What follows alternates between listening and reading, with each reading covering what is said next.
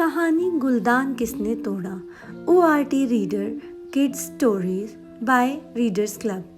प्यारे बच्चों, अगर आपको हमारी कहानी पसंद आए तो बराए मेहरबानी इसे लाइक कीजिए, शेयर कीजिए और घंटी का बटन दबाकर हमारे पेज को सब्सक्राइब कीजिए। Thank you.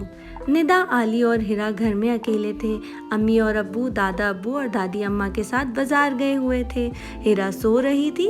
निदा और आली की समझ में नहीं आ रहा था कि वो क्या करें।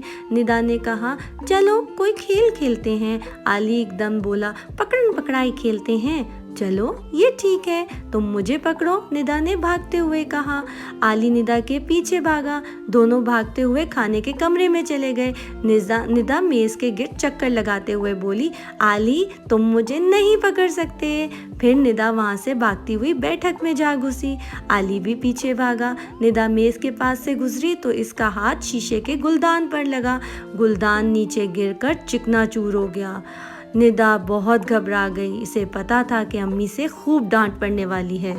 फिर क्या, निदा सहम कर कहने लगी, अब क्या करूं, आज तो बहुत डांट पड़ेगी, हो सकता है सजा भी मिले। आली बोला।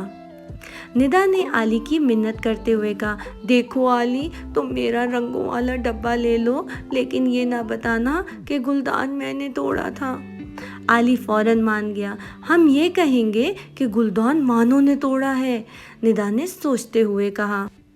फिर क्या, जैसे ही अम्मी आई, अम्मी ने टूटा हुआ गुलदान देखकर खूब नाराज हुई। ये गुलदान कैसे टूटा? उन्होंने बच्चों से पूछा और बच्चों ने झूठ बोला।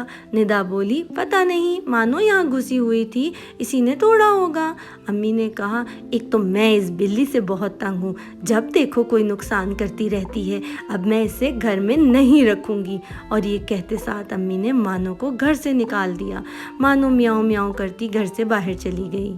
उन्होंने दरवाज़ा खोलकर मानो को घर से बाहर निकाल दिया। शाम का अंधेरा होने लगा तो मानो ने म्याऊं म्याऊं करके घर में अंदर आने की कोशिश की, मगर हर बार अम्मी ने उसे डांट कर बाहर निकाल दिया।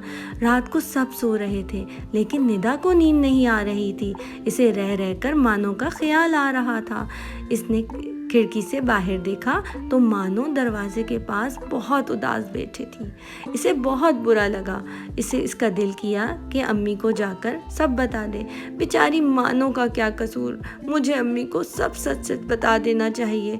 और फिर ऐसा ही हुआ। अगले दिन सुबह उसने अम्मी को सब सच बता दिया। प्यारे बच्चों, ये इस कहानी में इस्तेमाल हुए कुछ नए अल्फाज हैं। इनकी खूब मश्क कीजिए और इनमें महारत हासिल कीजिए।